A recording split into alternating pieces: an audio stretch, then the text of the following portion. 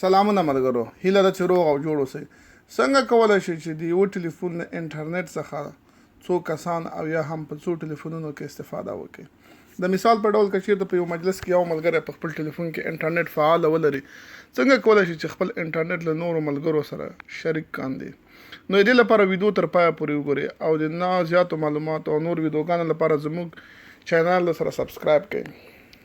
نو د دې لپاره به تاسو خپل هغه ټلیفون ته په کوم کې چې انټرنټ فعاله ده هغه کې به تاسو سیټینګ ته ولاړ شئ.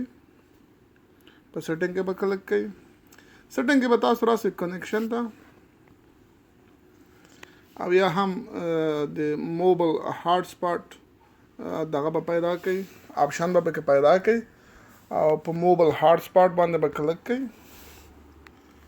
نو که چېرته تاسو په ټلیفون کې به هغه آف وي، په هغه به کلک کړئ، هغه به آن کړئ، فعاله به یې کړئ.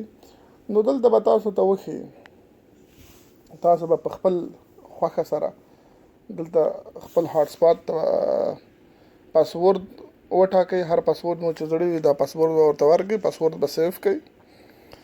له هغه نه وروسته به هغه ټلیفون کې چې تاسو غواړئ انټرنټ ورسره شریک کړئ، په هغه ټلیفون ته به ولاړ شئ. په هغه ټلیفون کې به د وای فای په علامت کلک کړئ، وای فای به پکې آن کړئ. که چېرته کمپیوټر وي یا ټلیفون وي په هغه کې به وای فای آن کړئ. کله چې وای فای آن کړ په هغه کې به کوم ټلیفون نه چې تاسو دغه انټرنټ شریک کړی د دې ټلیفون نوم به پیدا کړئ او له هغه نه وروسته په کنیکټ به کلک کاندئ. له هغه نه وروسته به تاسو نه د پاسورډ پوښتنه وکړي، کوم پاسورډ چې تاسو دلته انتخاب کړی ده دا پاسورډ به هلته ورکړئ او په دې طریقې سره به په هغه ټلیفون کې هم انټرنټ کنیکټ شي یا په که چېرته کمپیوټر وي یا ټلیفون وي.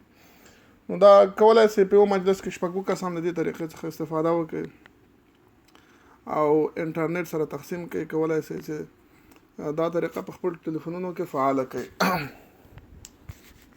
نو د غیر فعالولو لپاره فقط بیرته هاټسپاټ ته راسئ او دا ګرین بټن بیرته آف کړئ، نو غیر فعاله به شي. هیله ده چې ویډیو مو خوښه شوې وي. زموږ راتلونکي ویډیو به په دې اړه وي چې څنګه کولی شئ خپل ډیلیټ شوي ویډیوګانې او عکسونه بیرته راواپس کړئ. نو په تمه اوسئ. ښې چارې او ښه ورځ.